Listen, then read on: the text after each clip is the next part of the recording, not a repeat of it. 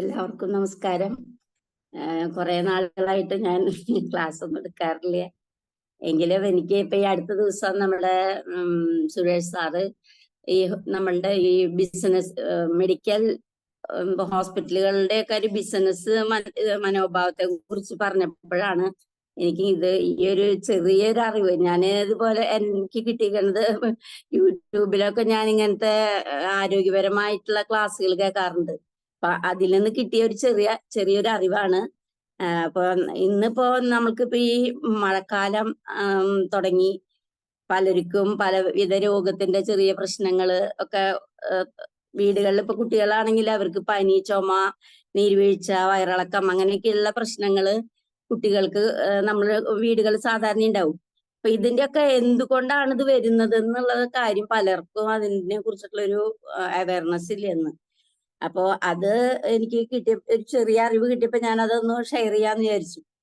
അപ്പോ ഇന്നിപ്പോ നമ്മള് പുറമെ നമ്മളുടെ ഗവൺമെന്റ് ആയാലും ആരോഗ്യപരമായിട്ടുള്ള സ്ഥലങ്ങളിലൊക്കെ പരിസ്ഥിതി ക്ലീൻ ചെയ്യും, പകർച്ചവ്യാധികൾ ഇല്ലാതിരിക്കാനൊക്കെ ആയിട്ട്. എന്നാല് നമ്മളുടെ ശരീരം ക്ലീൻ ചെയ്യുക, അതായത് ശരീരത്തിലെ മാലിന്യങ്ങളെ പുറന്തള്ളേണ്ട ഒരു കാര്യത്തിന് യാതൊരു ഇമ്പോർട്ടൻസും ആർക്കും അതിനെ കുറിച്ചിട്ടുള്ളൊരു അറിവില്ല. കാരണം എന്താ വെച്ചാല് നമ്മളുടെ ഓരോ രോഗങ്ങളും വരുന്നത് നമ്മുടെ ശരീരത്തിലെ മാലിന്യം ഉണ്ടാകുമ്പോഴാണ് കൂടുതലായിട്ട് വരുന്നത്. പിന്നെ വരുന്നത് പോഷണക്കുറവ് കൊണ്ടാണ് പിന്നെ നമുക്ക് രോഗങ്ങൾ ഉണ്ടാകുന്നത്. പിന്നെ 98% രോഗങ്ങളും വരുന്നത് അസിഡിറ്റി മൂലമാണ്.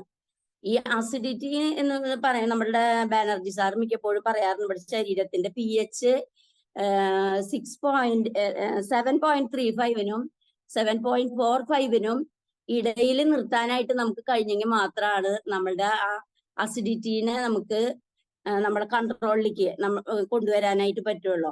അപ്പൊ അതിന് ഈ ഇതിനേക്കാളും നമുക്ക് താന്നു പോകുമ്പോഴാണ് പലർക്കും ഇന്നിപ്പോ നമ്മൾ പല പല സ്ഥലങ്ങളിൽ കേൾക്കാം ആളുകൾ കുഴഞ്ഞു വീണ് മരിക്കുന്നു എന്ന് കേൾക്കാം. പക്ഷെ ഇതിന്റെ കാരണം എന്താന്ന് പലർക്കും അറിയില്ല. കാരണം അന്ന് നമ്മൾ കഴിക്കുന്ന നമ്മളുടെ ഭക്ഷണ രീതി, നമ്മൾ കൂടുതലായിട്ട് ഇറച്ചി, മീന്, മുട്ട, പാല് ഇതൊക്കെ കൂടുതലായിട്ട് നമ്മൾ കൺസ്യൂം ചെയ്യുമ്പോൾ നമ്മൾക്ക് നമ്മുടെ ശരീരത്തിൽ കൂടുതലായിട്ട് ഹൈഡ്രോക്ലോറിക് ആസിഡ് ഉണ്ടാവുകയും അത് നമുക്ക് നമ്മുടെ അസിഡിറ്റി ലെവല് കൂട്ടാനായിട്ട് കാരണമാവും.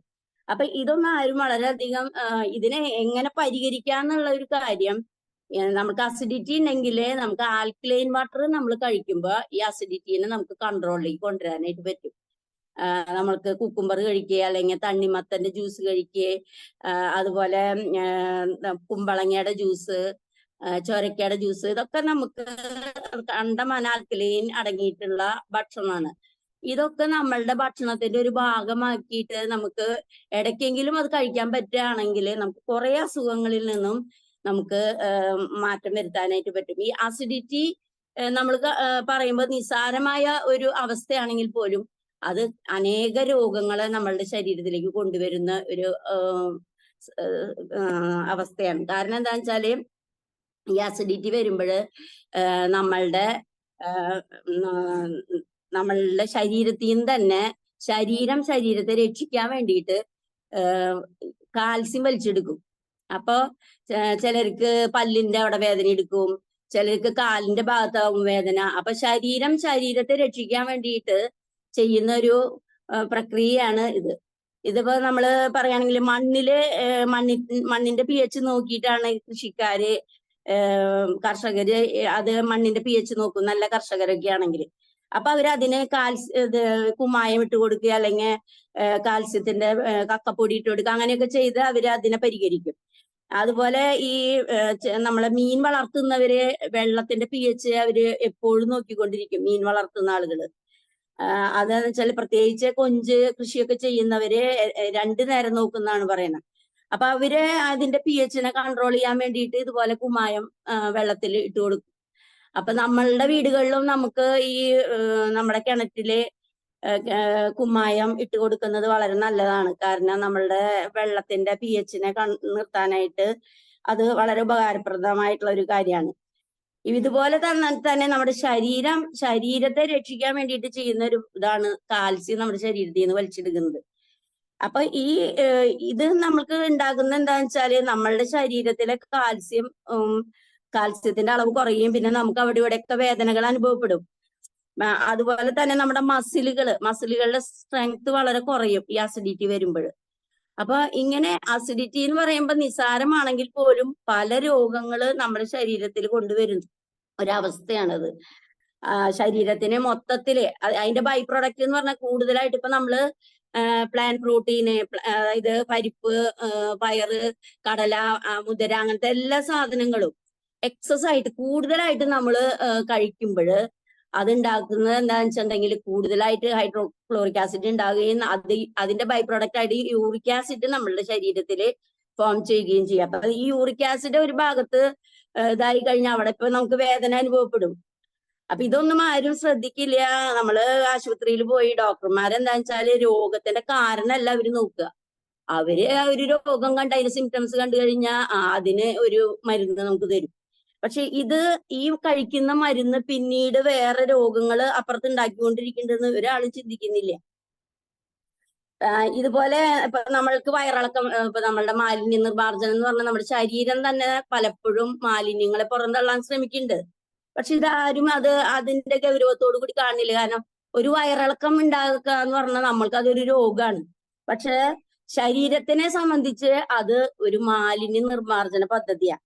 വയറിളക്കം വരുമ്പോൾ നമ്മൾ ആദ്യം തന്നെ ആ വയറ് ഇളകി കഴിഞ്ഞ് അതിനെ സ്റ്റോപ്പ് ചെയ്യാനുള്ള വഴികളാണ് നമ്മൾ ഇംഗ്ലീഷിലെ ഇപ്പൊ നമ്മളുടെ അലോപ്പതിയിലും ആയുർവേദത്തിലും അതിനുള്ള ഇത് ചെയ്യുന്നുണ്ട്. എന്നാല് ഇത് ശരിക്കും നമ്മുടെ ശരീരം തന്നെ ശരീരത്തിലെ മാലിന്യം പുറന്തള്ളുന്ന ഒരു പ്രക്രിയയാണ്. ഇതിൽ വരുന്ന ഒരു പ്രശ്നം എന്താണെന്ന് വെച്ചാല് നമ്മുടെ ശരീരത്തിലെ ഡീഹൈഡ്രേഷൻ ഉണ്ടാവും. അതിന് നമ്മള് ഓരോ പ്രാവശ്യം നമ്മൾ ബാത്റൂമിൽ പോയി നമ്മൾ വരുമ്പോൾ നമ്മൾ ORS പൊടി മേടിച്ച് അത് ഒരു ഗ്ലാസ് വെള്ളത്തിൽ കലക്കി നമ്മൾ കുടിക്കുകയാണെങ്കിൽ നമ്മളുടെ ശരീരത്തിലത്തെ ആ മാലിന്യം പോയി കഴിഞ്ഞാൽ അത് സ്റ്റോപ്പ് ആവുകയും ചെയ്യും. നമുക്ക് ഡീഹൈഡ്രേഷൻ വരാതെ നമ്മുടെ ശരീരത്തെ നമുക്ക് സംരക്ഷിക്കാനായിട്ട് കഴിയും. ഇതുപോലെ തന്നെ ഉണ്ടാകുന്നതാണ് ചുമ വരുമ്പോൾ നമ്മൾ ചുമ വന്നു കഴിഞ്ഞാൽ തന്നെ നമ്മൾ ആദ്യം ആ ചുമേനെ നിർത്താനുള്ള വഴിയാണ് നമ്മൾ നോക്കുന്നത്. എന്നാൽ ആ ചുമ എന്ന് പറയുന്നത് നമ്മുടെ ലങ്സ് ക്ലീൻ ചെയ്യാൻ വേണ്ടിയിട്ട് നമ്മുടെ ശരീരം തന്നെ കാണിക്കുന്ന ഒരു അവസ്ഥയത്. പക്ഷെ അങ്ങനെ വരുമ്പോൾ നമ്മൾ എന്താ ചെയ്യേണ്ടതെന്ന് വെച്ചിട്ടുണ്ടെങ്കിൽ നമ്മൾക്ക് ഈ നമ്മുടെ ലങ്സിന്റെ ഉള്ളിൽ എന്തോ മാലിന്യം കിടന്നിട്ടാണ് നമുക്ക് ഈ ചുമ അനുഭവപ്പെടുന്നത്. അപ്പോ അതിന് നേരത്തെ സുരേഷ് സാറ് മാഡത്തിനോട് പറയുണ്ടായിരുന്നു, നമ്മള് ഈ ശ്വാസം വലിക്കലും തിരിച്ചു വിടില്ല, പ്രാണായാമം പോലെയുള്ള നല്ല എക്സസൈസ് അതിന് നല്ലതാണ്. കാരണം ശരീരത്തിന്റെ ഉള്ളിൽ കൂടുതലായിട്ട് കാർബൺ ഡൈ ഓക്സൈഡ് അതായത് ലങ്സിന്റെ ഉള്ളിൽ കൂടുതൽ കെടുക്കുമ്പോൾ നമ്മളുടെ ഉള്ളിലേക്ക് ഓക്സിജൻ കയറില്ല. അപ്പൊ നമ്മള് ഇങ്ങനെ ചെയ്യുന്ന ഈ ശ്വാസം വലിക്കുകയും തിരിച്ചു വിടുമ്പോഴും ആ കെട്ടിക്കിടക്കുന്ന കാർബൺ ഡൈ ഓക്സൈഡ് പുറത്തു പോവുകയും നമ്മളുടെ ലങ്സിലേക്ക് കൂടുതലായിട്ട് ഓക്സിജൻ കയറുകയും ആ ഓക്സിജന്റെ അളവ് ഉണ്ടെങ്കിൽ മാത്രമാണ് നമ്മളുടെ എല്ലാ പ്രവർത്തനങ്ങൾക്കും നമ്മൾക്ക് വളരെ സ്മൂത്ത് ആയിട്ട് നമ്മുടെ ശരീരത്തിനെ കൺട്രോൾ ചെയ്ത് പോവാൻ പറ്റുള്ളൂ. അപ്പൊ ശരീരം തന്നെ കാണിക്കുന്ന ഒരു പ്രക്രിയയാണ്. ഇപ്പൊ ഇതില് ഞാൻ കേട്ട ക്ലാസ്സിൽ എങ്ങനെയാന്ന് വെച്ചിട്ടുണ്ടെങ്കിൽ ഇപ്പൊ നമുക്ക് തുമ്മല് വരുമ്പോ എന്താ വെച്ചാല് നമ്മൾക്ക് ഈ തുമ്മല് വരുമ്പോ നമ്മുടെ പ്രതിരോധം കുറഞ്ഞിട്ടാണെന്ന് നമ്മൾ പറയും. പക്ഷെ ബ്രെയിൻ വാട്ടർ അസിഡിറ്റി ആകുമ്പോഴാണ് ഈ തുമ്മല് വരുന്നതെന്ന് പറയുന്നത്. അതായത് സൈനസില് മാലിന്യങ്ങൾ കെട്ടിക്കെടുക്കുന്നുണ്ടാവുന്ന ആ മാലിന്യങ്ങൾ പോവാതെ നമ്മളെന്താ ചെയ്യാന്ന് വെച്ചിട്ടുണ്ടെങ്കിൽ ഇതിനൊന്നുമില്ലാതെ നമ്മൾ അതിന് വേണ്ട മരുന്നെടുക്കും. പക്ഷേ ഇതിലെ ആള് പറയുന്ന ഒരു കാര്യം എന്താ വെച്ചാല് ആദ്യം തന്നെ നമ്മൾ ഫസ്റ്റ് വയറിളക്കണം. ആദ്യത്തെ ദിവസം വയറിളക്കി കഴിഞ്ഞാൽ രണ്ടാമത്തെ ദിവസം നമ്മളുടെ മൂക്കില് നമ്മുടെ പറമ്പുകളിലൊക്കെ കിട്ടുന്നതാണ് കഞ്ഞുണ്ണി. ഈ കഞ്ഞുണ്ണിയുടെ നീരെടുത്തിട്ട് ആദ്യത്തെ ദിവസം നമ്മളുടെ കാലത്ത് 7 മണിക്കും 8 മണിക്കും ഇടയിൽ ഇത് ചെയ്യണം എന്നാ പറയുന്നത്. അപ്പൊ അത് ഓരോ തുള്ളി വീതം നമ്മളുടെ രണ്ട് മൂക്കിലും ഒറ്റുപിടിക്കുക. അപ്പൊ ആദ്യം ചിലപ്പോൾ ഒഴിക്കുമ്പോ ചിലർക്ക് ഭയങ്കര അസ്വസ്ഥത ഉണ്ടാവും. വല്ലാതെ അസ്വസ്ഥത അനുഭവപ്പെടുകയാണെങ്കിൽ നമ്മൾ തലയിൽ അപ്പൊ തന്നെ ഒരു കപ്പ് വെള്ളം ഒഴിക്കാനാ പറയുന്നത്. പിന്നെ രണ്ടാമത്തെ ദിവസം 2 തുള്ളി കഞ്ഞുണ്ണിയുടെ നീര് 2 മൂക്കിലുമായിട്ട് ഒഴിക്കുക. 3-ാമത്തെ ദിവസം 3 തുള്ളി ഒഴിക്കുക. 4-ാമത്തെ ദിവസം 4 തുള്ളി ആകുമ്പോഴേക്കും സൈനസിലെ മാലിന്യം നമുക്ക് ക്ലീൻ ചെയ്തെടുക്കാൻ പറ്റും എന്ന് പറയണേ.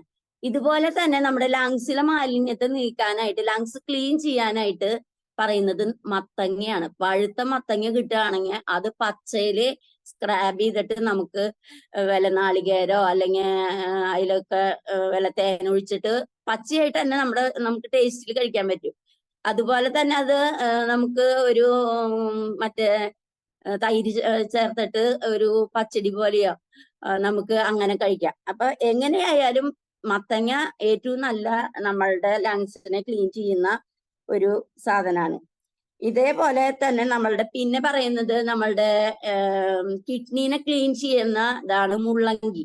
മുള്ളങ്കി ഇതുപോലെ തന്നെ പച്ചടി പോലെയോ പച്ചയിൽ കഴിക്കണം, പച്ചടി പോലെയോ എങ്ങനെയെങ്കിലും അതും നമ്മൾ കഴിച്ചു കഴിഞ്ഞാൽ അതും നമ്മുടെ ശരീരത്തിന് വളരെ പ്രയോജനം ചെയ്യുന്ന കാര്യങ്ങളാണ്.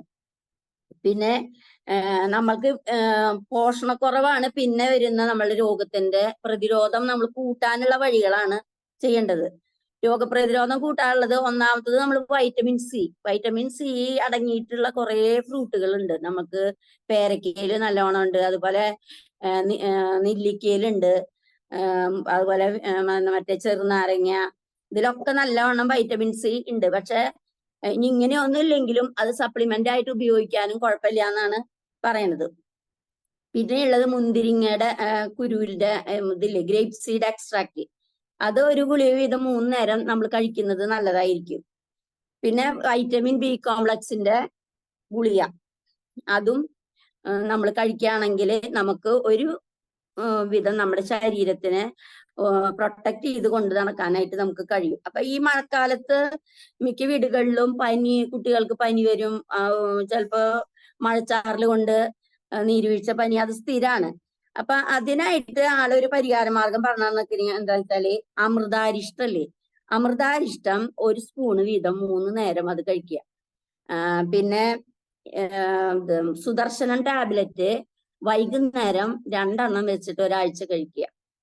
പിന്നെ പറയണത് നമുക്ക് ഇപ്പൊ ഈ പനി വന്നു കഴിഞ്ഞാൽ അടുത്തത് വരുന്നത് നമ്മുടെ ലങ്സിൽ ഇൻഫെക്റ്റഡ് ആയിട്ട് ഇതുപോലെ ചുമ വരും. അതിന് ദശമൂല കടുത്രയ കഷായം, അത് തിളപ്പിച്ചാറിയ വെള്ളത്തില് 1/4 ഔൺസ് വെച്ചിട്ട് നമ്മൾ കഴിക്കുകയാണെങ്കിൽ അതിനും നല്ല പരിഹാരം നമുക്ക് ഉണ്ടാവും. അപ്പൊ ഇത് ഞാൻ ശരിക്കും ഇത് കേട്ടപ്പോൾ ഞാൻ എൻ്റെ ഹന്നയ്ക്ക് കഴിഞ്ഞ ആഴ്ച പനിയായിരുന്നു. അപ്പൊ ഞാൻ ഇത് മാത്രം അവൾക്ക് കൊടുത്തോളൂ, വളരെ സുഖമായി.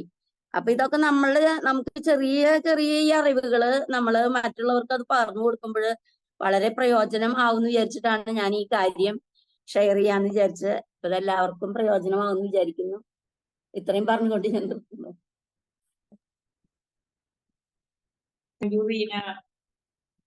കുറേ ദിവസത്തിന് ശേഷം മാവേലി പറഞ്ഞ പോലെ വന്ന് ഒരു വെടിക്കെട്ട് പ്രസന്റേഷൻ കഴിഞ്ഞിട്ടാണ് ഇപ്പൊ ഇരിക്കണത്. അപ്പൊ എല്ലാ ആഴ്ചയും ഇതുപോലെ വരിക എന്നുള്ളതാണ് പറയണത്. ഇതിന്റെ ബാക്കി കണ്ടിന്യൂസ് ചെയ്യാൻ വേണ്ടി സുരേഷ് സാറിന് സ്വാഗതം ചെയ്യുന്നു. വളരെ നല്ലൊരു ക്ലാസ്, വളരെ വിലയേറിയ അറിവുകൾ തരുന്ന ഒരു ക്ലാസ്. ബ്രെയിനിനെയും ഹാർട്ടിനെയും ലങ്സിനെയും കിഡ്നിയെയും ഒക്കെ ബാധിക്കുന്ന, അതിനൊക്കെ ഉപരിയായിട്ട് ഡൈജഷനാണ് ജീവിതത്തിലെ ഏറ്റവും വലിയ ഫങ്ഷൻ നമ്മൾ ശ്രദ്ധിക്കേണ്ടതെന്ന് പറഞ്ഞ അറിവ് തന്ന റീന മാഡത്തിന് ആദ്യം നന്ദി പറയുന്നു. ഈ അറിവ് നമുക്ക് കിട്ടുന്ന ഈ അറിവ് നമ്മൾ എപ്പോഴും പ്രാക്ടിക്കൽ ആക്കാതെ ഒരു കാരണവശാലും നമ്മൾ വിജയിക്കുകയില്ല. ഇത് നമ്മൾ പ്രാക്ടിക്കൽ ആക്കണം. ഇങ്ങനെ കിട്ടുന്ന അറിവുകൾ നമ്മൾ എന്ത് ചെയ്യണം? നമ്മൾ അത് പ്രവൃത്തിയിൽ കൊണ്ടുവരണം. നമ്മൾ മനസ്സിലാക്കണം, നമ്മുടെ ഓരോ അസുഖങ്ങളുടെയും അടിസ്ഥാനം എന്ന് പറഞ്ഞാൽ ഇൻഡൈജഷൻ ആണ്. അസിഡിറ്റി ഉണ്ടാകാനുള്ള അടിസ്ഥാന കാരണം എന്ന് പറഞ്ഞാൽ ഇൻഡൈജഷൻ ആണ്. നമ്മൾ കഴിക്കുന്ന ആഹാരം ഡൈജസ്റ്റഡ് അല്ലാതെ വരും. ഇപ്പം നല്ല ഇമ്മ്യൂണിറ്റി പവർ ഉള്ള ഒരു വ്യക്തിയെ സംബന്ധിച്ചിടത്തോളം അസിഡിറ്റി ഉണ്ടാകുന്ന അറിയത്തില്ല. ചെറുപ്പക്കാര് പിള്ളേർക്കൊന്നും ചിലർക്ക് അസിഡിറ്റി എന്താണെന്ന് അറിയത്തില്ല. അതേസമയത്ത് ചില ചെറുപ്പക്കാര് കുഞ്ഞായിരിക്കുന്ന സമയത്ത് അവർക്ക് ഡിസെൻട്രി കൂടുതല്, അല്ലെ അൾസറിന്റെ ഒരു തുടക്കം ഉണ്ടായിരുന്നു. അങ്ങനെ ഉണ്ടായിരുന്ന കുട്ടികളാണെങ്കിൽ അവരൊരു 16-17 വയസ്സ് വരുമ്പോൾ എന്ത് കഴിക്കുമ്പോഴും വയറിന് ഡൈജസ്റ്റ് ആകാതെ വരും. പക്ഷെ അവരൊരുമാതിരിപ്പെട്ട ആൾക്കാരോട് ഇത് പറയത്തില്ല. അവരത് നിസ്സാരമായിട്ട് എടുക്കും. കാരണം പ്രശ്നമൊന്നും ഇല്ലല്ലോ. ഇത് കഴിച്ചപ്പം കുറെ കൂടുതൽ കഴിച്ചപ്പം എനിക്ക് ദഹിക്കുന്നില്ല, ഒരുമാതിരി വല്ലാതെ പുളിച്ചു തികട്ടുന്നു, ഇങ്ങനെയൊക്കെയുള്ള രീതിയിൽ ഒരുപാട് കാര്യങ്ങൾ പറയും. ഗ്യാസ് ഫോം ചെയ്യുന്നു, എനിക്ക് വേണ്ട, ഡൈജഷൻ ആകുന്നില്ല. അതിന്റെ അടിസ്ഥാന കാരണം എന്താണെന്ന് വെച്ചാൽ, ചെറുപ്പമാണെങ്കിൽ, ചെറുപ്പത്തിൽ തീരെ കുഞ്ഞായിരുന്നു, അതായത് 10 വയസ്സിന് താഴെയുള്ള സമയത്ത് ഈ അമ്മമാര് കഴിക്കുന്ന ഫുഡ്, അല്ലെങ്കിൽ ബ്രസ്റ്റ് ഫീഡിങ് ഒക്കെ നടക്കുന്ന സമയത്ത് അവർ കഴിക്കുന്ന ഫുഡ് ഈ കൊച്ചു കുഞ്ഞിന് അത് പ്രയോജനപ്പെട്ടിട്ടില്ലെങ്കിൽ, അത് ഡൈജഷൻ ഉണ്ടായിട്ടില്ല എങ്കിൽ, അതുകൊണ്ടുള്ള ഇൽ എഫക്റ്റ് ഉണ്ടായിട്ടുണ്ടെങ്കിൽ ആ കുട്ടിക്ക് പ്രായമാകുമ്പോൾ ഇതുണ്ടാകാം. ഉണ്ടാകണം എന്ന് നിർബന്ധമില്ല, ഉണ്ടാകാം. കാരണം എന്താന്ന് ചോദിച്ചാൽ, ശ്രദ്ധക്കുറവാണ് അത് കൂടുതലും. നമ്മൾ കഴിക്കുന്ന ഫുഡിന് കുഞ്ഞിന് എന്തെങ്കിലും വരുമ്പോൾ ഉടനെ അലോപ്പതി മരുന്ന് കൊടുത്തു. ഇപ്പൊ എനിക്ക് എന്റെ ഇളയ മകന് ഈ ഒരു പ്രശ്നമുണ്ട്. ചെറുപ്പത്തിൽ ഒരു 2 വയസ്സ് 3 വയസ്സുള്ളപ്പം അവന് ഞങ്ങള് ഫുഡ് കൊടുത്ത് മരുന്ന് എന്തോ പനി പിടിക്കും, പെട്ടെന്ന് പനി പിടിക്കും. പനി പിടിക്കുമ്പോൾ ആന്റിബയോട്ടിക് കൊടുക്കും. ആന്റിബയോട്ടിക് കൊടുത്താൽ ഉടനെ അവന് ലൂസ് മോഷൻ ഉണ്ടാവും. അപ്പം ഞാൻ അത് പ്രത്യേകം നോക്കും, ഏത് മരുന്ന് കൊടുക്കുമ്പോൾ എങ്ങനെ ലൂസ് മോഷൻ ഉണ്ടാകുന്നു. അപ്പൊ ഒരിക്കൽ ഡോക്ടറെ കാണിച്ച് പറഞ്ഞപ്പോൾ ഡോക്ടർ പറഞ്ഞു, അത് ആ ആന്റിബയോട്ടിക് മെട്രോനിഡസോൾ എന്ന് പറയുന്ന ആ ടോണിക് കുടിക്കുന്നതുകൊണ്ടാണ്, അതങ്ങ് മാറിക്കോളും, പ്രായമാവുമ്പോൾ അങ്ങ് മാറിക്കോളും. ശരിയാ, പ്രായമാവുമ്പോൾ ഈ സംഭവം വരുന്നില്ല. ഇപ്പോഴും മെട്രോനിഡസോൾ എന്ന് പറയുന്ന സാധനം കൊടുക്കുമ്പോൾ ആ ലൂസ് മോഷൻ ഉണ്ട്. അപ്പം നമ്മൾ മനസ്സിലാക്കേണ്ട ഒരു കാര്യം, ഈ മെട്രോനിഡസോളിലുള്ള കണ്ടന്റിൽ എന്തോ ഒരു കെമിക്കൽ അവന്റെ ശരീരത്തിൽ അത് പിടിക്കുന്നില്ല. അപ്പൊ കഫക്കെട്ടിന് ഇത് കൊടുക്കുമ്പോൾ, ഈ ആന്റിബയോട്ടിക് കൊടുക്കുമ്പോൾ, ഈ ആന്റിബയോട്ടിക് അമോക്സിലിൻ എന്ന് പറയുന്ന സിറപ്പ് കൊടുക്കുമ്പോൾ ഈ ലൂസ് മോഷൻ, അന്നേരമാണ് നമ്മൾ ലൂസ് മോഷൻ പോലും വരുമ്പോഴാണ് നമ്മൾ മെട്രോനിഡസോൾ കൊടുക്കുന്നത്. മെട്രോനിഡസോൾ കൊടുക്കുമ്പോഴാണ് അവന് ഇതൊരു ബുദ്ധിമുട്ടായിട്ട് വരുന്നത്. അപ്പൊ നമ്മൾ മനസ്സിലാക്കേണ്ട ഒരു കാര്യം, അന്നേരം മുതലേ നമ്മളത് ശ്രദ്ധിക്കുകയാണെങ്കിൽ, പ്രായമാകുമ്പോൾ ആ പ്രശ്നം ഉണ്ടാവില്ല. അത് ഒരു പക്ഷേ ഞാൻ മെഡിസിനുമായിട്ടൊക്കെ ഡീൽ ചെയ്യുന്ന ഒരാളായിരുന്നതുകൊണ്ട് ഞാനത് കെയർ ചെയ്തുകൊണ്ട് ഇപ്പൊ അവനത് പ്രശ്നമില്ല. ഇത് തന്നെയാണ് നമ്മൾ എല്ലാവരും മനസ്സിലാക്കേണ്ടത്. എനിക്ക് 7 വയസ്സ് വരെ എനിക്ക് ഇതുപോലെ എന്തെങ്കിലുമൊക്കെ അസുഖം, പെട്ടെന്ന് ഫിറ്റ്സ് വരുന്ന പോലൊക്കെ വരുമായിരുന്നു. എൻ്റെ അമ്മ എന്നെ ഒരുപാട് അൺവാണ്ടഡ് കെയർ ചെയ്യുമായിരുന്നു. മരുന്ന് തരുന്നു, ടോണിക്ക് തരുന്നു, വൈറ്റമിൻ തരുന്നു, അത് തരുന്നു, ഇത് തരുന്നു. അമ്മയുടെ കണ്ണിൽ നിന്നും വെട്ടി മാറിയപ്പോൾ, ഞാൻ +2 പഠിക്കാൻ തുടങ്ങിയപ്പോൾ മുതൽ നമ്മളെ ശരീരവും നോക്കത്തില്ല, കളിക്കാൻ എനിക്ക് ഭയങ്കര ഇൻട്രസ്റ്റാ, ചാടുകയും മറിയുകയും എല്ലാത്തിനും പോയി ഡിഗ്രി ഒക്കെ ആയപ്പോഴത്തേക്കും ഞാൻ ആളങ്ങ് മാറി. അപ്പൊ ഞാൻ പറഞ്ഞു വന്നത്, നമ്മൾ ഓവറായിട്ട് ഈ അസുഖം എന്ന് പറഞ്ഞുകൊണ്ട് നോക്കി കെയർ ചെയ്യുമ്പോൾ, നമ്മൾ അനങ്ങണ്ടും ചലിക്കേണ്ടും നമ്മുടെ ശരീരം സൃഷ്ടിച്ചേക്കുന്ന അതിനു വേണ്ടിയാ. എല്ലാ ജോയിന്റ്സ്, എല്ലാ മൂവ്മെന്റും നമ്മുടെ ശരീരത്തുണ്ടാകണം. ഇപ്പം നമ്മുടെ പുറത്തൊരു വെയിറ്റ് എടുത്ത് വെക്കുമ്പോൾ, നമ്മൾ എക്സസൈസ് കൊടുക്കുന്ന ലങ്സിനാണെന്ന് ഓർത്തോണം. നമ്മളൊരു വെയിറ്റ് പുറത്തെടുക്കുക, തലയിലെടുക്കുക, അല്ലെങ്കിൽ കയ്യിലെടുക്കുമ്പോൾ നമ്മളെ ശരീരം പെട്ടെന്ന്, നമ്മൾ ശ്വാസത്തിനാണ് എക്സസൈസ് കൊടുക്കുന്നത്. അത്രയും വെയിറ്റ് പൊക്കുമ്പോൾ നമ്മൾ ആ ശ്വാസം പിടിച്ചാണ് എടുക്കുന്നത്. അപ്പൊ അത് ലങ്സിന് എക്സസൈസ് കൊടുക്കുന്ന, ലങ്സിന് കൊടുക്കുമ്പോൾ അത് ഹാർട്ടിനും കൊടുക്കും. ഹാർട്ടിന് കൊടുക്കുമ്പോൾ നമ്മുടെ ഡൈജഷനും അവിടെ അതുപോലെ നടക്കും. അപ്പൊ ഇതെല്ലാം ഒരു ഇന്റർ റിലേറ്റഡ് പ്രോസസ് ആണ് നമ്മുടെ ശരീരത്തിൽ നടക്കുന്നത്. ഇത് നമ്മൾ എങ്ങനെ പഠിക്കും? നമ്മൾ സ്കൂളുകളിൽ പഠിക്കുന്ന ഓരോ സിസ്റ്റവും, സർക്കുലേറ്ററി സിസ്റ്റം ആണെങ്കിലും, റെസ്പിറേറ്ററി സിസ്റ്റം ആണെങ്കിലും, നെർവസ് സിസ്റ്റം ആണെങ്കിലും, ഇങ്ങനെ ഓരോന്നും നമ്മൾ ബ്രെയിനിനെ ബാധിക്കുന്നത്, ഹാർട്ടിനെ ബാധിക്കുന്നത്, ലങ്സിനെ ബാധിക്കുന്നത്, ഇതൊക്കെ നമ്മൾ ശരിക്കും പഠിച്ചു നോക്കിയത്, സ്കൂളിൽ പഠിച്ചത് നമ്മളൊന്ന് തിരിച്ചൊന്ന് ആലോചിച്ച് നോക്കിയാൽ നമ്മുടെ ശരീരം പ്രവർത്തിക്കുന്നത് എങ്ങനെയാണെന്ന് നമുക്ക് ഈസി ആയിട്ട് അറിയാൻ പറ്റും. അപ്പൊ നമ്മൾ കഴിക്കുന്ന ഫുഡിനെ നമ്മൾ ശ്രദ്ധിക്കും. കഴിക്കുന്ന ഫുഡ് കഴിക്കുമ്പോൾ നമ്മൾ അന്നേരം അങ്ങ് മറക്കും, ഇന്നലെ എന്താ കഴിച്ചതെന്ന് നമ്മൾ അങ്ങ് മറക്കും. പക്ഷെ നമ്മളത് മനസ്സിൽ വെച്ചുകൊണ്ട്, നമ്മൾ ഇന്ന് പ്രത്യേകിച്ച് ഒരു ഫുഡ് കഴിച്ചു, ഇന്ന് നാളെ നമുക്ക് എന്തെങ്കിലും ഒരു അസ്വസ്ഥത തോന്നുമ്പോൾ ഇന്നലെ കഴിച്ചത് എന്താണെന്നൊന്ന് റീകളക്ട് ചെയ്യാമെങ്കിൽ നമുക്ക് ആ വ്യത്യസ്തമായി കഴിച്ച സാധനം നമുക്ക് മനസ്സിലാവും. ആ മനസ്സിലായ ഫുഡ് ഒരു ദിവസം ഒരു ലൂസ് മോഷൻ പിടിച്ചോ, അല്ലെങ്കിൽ ഒരു ദിവസം ഒരു വേദന എന്തെങ്കിലും ഉണ്ടായോ എന്നുകൊണ്ട് നമ്മൾ മരിച്ചു പോകുന്നില്ല. അപ്പൊ നമ്മൾ എന്ത് ചെയ്യണം? ഒന്നുകൂടെ ചെറുതായിട്ടൊന്ന് കഴിച്ചു നോക്കണം, കൺട്രോൾ ചെയ്യാവുന്ന രീതിയിൽ ഒന്ന് കഴിച്ചു നോക്കണം. അങ്ങനെ കഴിക്കുമ്പോൾ വീണ്ടും അത് കഴിയുമ്പം എല്ലാം ഒന്ന് ക്യൂർ ആയി കഴിഞ്ഞ് വീണ്ടും ഒന്നുകൂടെ കഴിച്ചു നോക്കണം. അപ്പൊ അന്ന് ക്യൂർ ആയി കഴിയുകയാണെങ്കിൽ, കഴിഞ്ഞ് പിന്നെ ഒന്നുകൂടെ കഴിക്കുമ്പോൾ സെയിം സംഭവം ഉണ്ടാവുകയാണെങ്കിൽ നമുക്കറിയാം ഇത് കഴിക്കുമ്പോഴാണ് എനിക്ക് ഈ പ്രശ്നം ഉണ്ടാകുന്നത്. അപ്പൊ ഏതളവിൽ കഴിച്ചാലും അത് ചിലപ്പോൾ നമ്മുടെ ശരീരത്തിന് ആവശ്യമുള്ളതായിരിക്കും, പക്ഷെ അമിതമായിട്ട് വരുമ്പോഴായിരിക്കും റിയാക്ട് ചെയ്യുന്നത്. അപ്പൊ നമ്മൾ ഇങ്ങനെ ശരിക്കും കഴിക്കുന്ന ആഹാരം ഒന്ന് ശ്രദ്ധിച്ചൊന്ന് നോക്കാമെങ്കിൽ അസിഡിറ്റി കൂടുതലെന്ന് ഉണ്ടാകുന്ന ഫുഡ് എന്താണെന്ന് നമുക്ക് പഠിക്കാൻ പറ്റും. അത് ചിലപ്പോൾ മുളകായിരിക്കും. ഇപ്പൊ എക്സാമ്പിൾ ഞാൻ പറയാം, എനിക്ക് കാന്താരി മുളക് കഴിക്കാൻ പറ്റില്ല.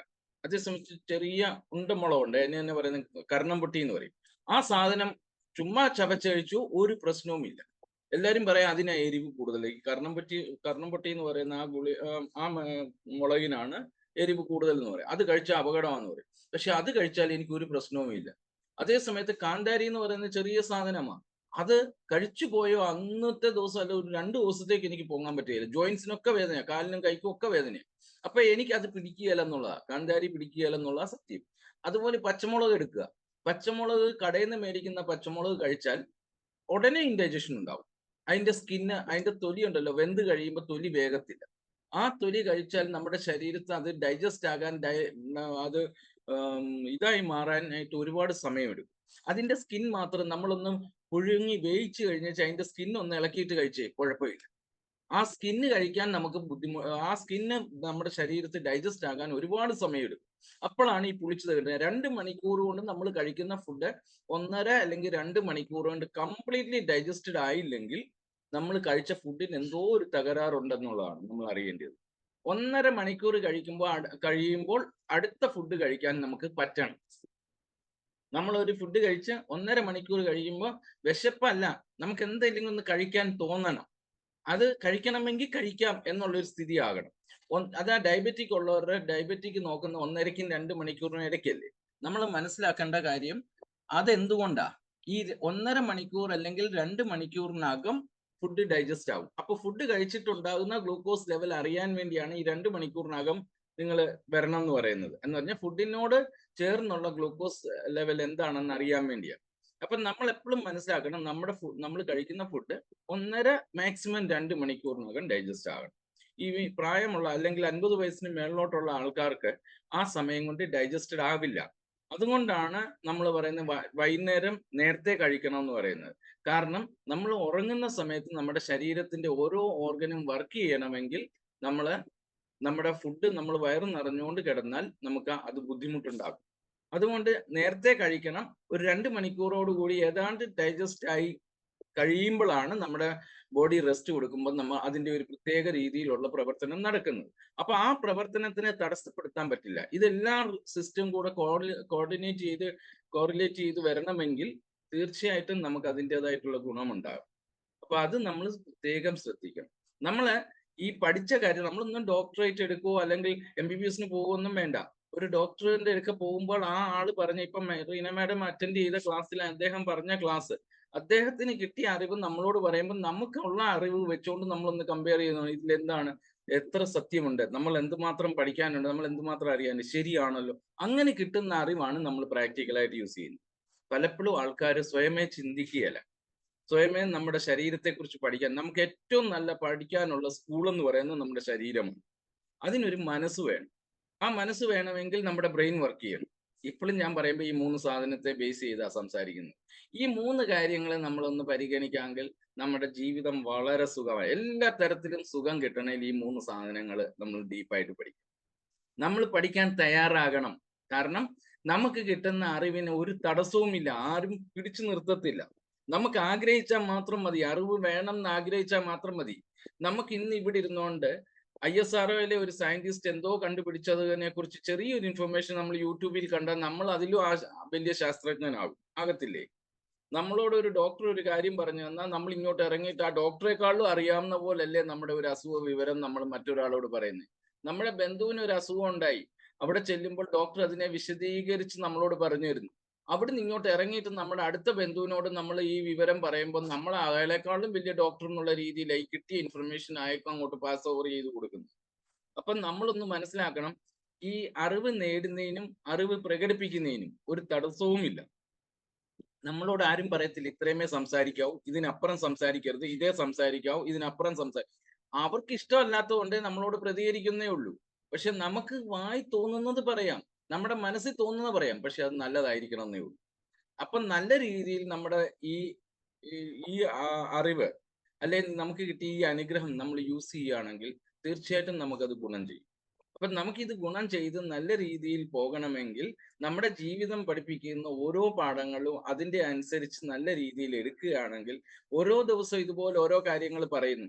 ഇന്ന് കിട്ടിയ ക്ലാസ് ഇപ്പം നമുക്ക് കഴിഞ്ഞ ദിവസം ഏതോ ഒരു ഡോക്ടറെ കയ്യിൽ നിന്ന് കിട്ടിയ ക്ലാസ് നമുക്ക് ഇന്ന് റീന മാഡം നമ്മുടെ എടുക്ക കൊണ്ടുതന്നു. ആ ഡോക്ടർ പറഞ്ഞ അടിസ്ഥാനത്തിൽ തന്നെ നമ്മളോട് ഇത്രയും കാര്യങ്ങൾ പറയുമ്പോൾ നമ്മൾ അതനുസരിച്ച് നമ്മൾ അത് ചെയ്യുകയാണെങ്കിൽ നമുക്ക് കിട്ടിയ ഏറ്റവും വിലയേറിയ ഒരു അറിവാണ്. ചെലവാക്കാതെ കിട്ടിയ, ഒരു പൈസയ്ക്കും പോവാതെ എങ്ങും പോവാതെ വീട്ടിൽ കൊണ്ട് തരിക, നമ്മൾ ഇരുന്നിടത്ത് കൊണ്ട് തരുന്ന അറിവാണ്. ഇതിനൊരു ഭാഗ്യം വേണം. അപ്പൊ ഇങ്ങനെയുള്ള അറിവുകൾ, ഇപ്പൊ റീനാമയുടെ ഈ അറിവിന് എവിടെ പോയി കാണും? ആ ഡോക്ടറെ എടുക്ക പോയി കാണും. അല്ലെ അയാൾ ക്ലാസ് എടുക്കുന്നിടത്ത് ഒരു ദിവസം മെനക്കെട്ട് വീട്ടിലെ കാര്യം എല്ലാം ഉഴപ്പി നിർത്തിയിട്ട് ഈ അറിവിന് വേണ്ടി ഒരു ക്യാമ്പ് അറ്റൻഡ് ചെയ്യാൻ പോയി കാണും. അവിടുന്ന് കിട്ടിയ അറിവ് നമ്മൾ വീട്ടിൽ ഇരുന്ന് നമുക്ക് കൊണ്ട് തരണമെങ്കിൽ നമ്മുടെ ഭാഗ്യം എത്രമാത്രം ഉണ്ടെന്ന് നമ്മൾ മനസ്സിലാക്കണം. അപ്പൊ അത് പ്രാക്ടിക്കലി കൊണ്ടുവരണമെങ്കിൽ മാത്രമേ, അല്ല ഇതെന്നാ ഒരു സമയം പോക്കിന് പറഞ്ഞ് എവിടുന്നോ റീനാമയുടെ ഒരു പരിപാടിക്ക് പോയി. ഇപ്പം ചില അസൂയുള്ള സമൂഹത്തിൽ അങ്ങനെയുള്ള ആൾക്കാരുണ്ട്, ഞാൻ കണ്ടുവരുന്നത്. അസൂയുള്ള ആൾക്കാരാണെങ്കിൽ അവർ വേറെ തൊഴിലൊന്നും ഇല്ല, അവർക്ക് പോരുതോ, അവർക്ക് എല്ലാ കാര്യത്തിനും പോരുതോ, പോയിട്ട് അവിടുന്ന് ഇവിടുന്നോ കിട്ടി, അതുകൊണ്ട് ഇപ്പൊ ഞാൻ അതുപോലെ ചെയ്യണമെന്നുണ്ടോ? ഇങ്ങനെ ചോദിക്കുന്ന ആൾക്കാരുണ്ട് നമ്മുടെ സമൂഹത്തിൽ. അപ്പൊ അതല്ല നമ്മൾ ചിന്തിക്കേണ്ടത്. നമുക്ക് കിട്ടിയ ഭാഗ്യമാണ് നമ്മൾ അറിയേണ്ടത്. നമ്മൾ ഇരിക്കുന്ന പൊസിഷനിൽ, അല്ലെങ്കിൽ നടക്കുന്ന പൊസിഷനിൽ നമ്മൾ എവിടെയുണ്ടോ അവിടെ ഈ അറിവ് കൊണ്ടുവരണമെങ്കിൽ നമ്മൾ എത്രമാത്രം ഭാഗ്യമുള്ളവരാണെന്ന് മനസ്സിലാക്കും. അപ്പം ഇതിന് കൊതിച്ചു പോകുന്ന എത്രയോ ആൾക്കാരുണ്ട്. ക്ലാസ് ഉണ്ടെന്ന് പറയുമ്പോഴത്തേക്ക് നമുക്കറിയാം, ഇന്ന് കുടുംബശ്രീ അതുപോലുള്ള ഒരുപാട് സംഘടനകളുണ്ട്. നമ്മൾ എത്രയോ പേര് ഇങ്ങനൊരു ക്ലാസ് ഉണ്ട് കേട്ടോ എന്ന് പറയുമ്പോൾ എല്ലാം കളഞ്ഞിട്ട് ആ അറിവുള്ള ആളുടെ നിന്ന് അറിയാൻ ഞാൻ പോകുക എന്നും പറഞ്ഞ് പോകുന്നവർ എത്രയോ പേരുണ്ട്. അങ്ങനെ കിട്ടിയ ഒരു അറിവ് നമുക്ക് കൊണ്ട് തരുമ്പോൾ നമ്മുടെ ഭാഗ്യത്തെക്കുറിച്ചാണ് നമ്മൾ അറിയേണ്ടത്. അല്ലാതെ അത് കൊണ്ടുവന്ന് തന്നു, അല്ലെ റീന മാഡത്തിന് അത് പറ്റും എനിക്ക് പറ്റില്ല, അങ്ങനല്ല. നമുക്ക് കിട്ടുന്ന ഭാഗ്യം, നമ്മുടെ അറിവിന് കിട്ടിയ ഭാഗ്യം, നമുക്ക് കിട്ടിയ ഈ അറിവ് നമ്മൾ പ്രാക്ടിക്കലി യൂസ് ചെയ്യുക.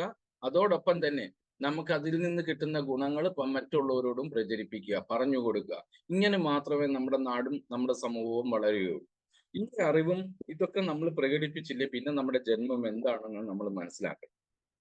അതുകൊണ്ട് ഇങ്ങനെ വീണ്ടും വീണ്ടും നല്ല നല്ല അറിവുകൾ നമുക്ക് എല്ലാവർക്കും എവിടുന്നൊക്കെ കിട്ടുന്നതാണേലും ഈ വേദിയിൽ കൊണ്ടുവന്ന് അവതരിപ്പിക്കാനും, ഒപ്പം നമ്മളെ കേൾക്കാതിരിക്കുന്ന ആൾക്കാരുടെ ഇടയിലേക്ക് 140 കോടിയിൽ നമ്മൾ 4 പേരെ ഉള്ളു ഇന്ന് ഇവിടെ.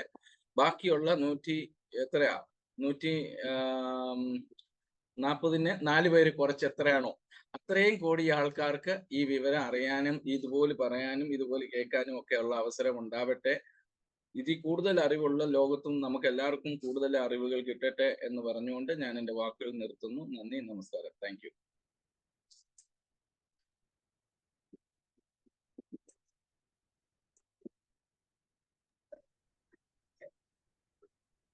നമസ്കാരം.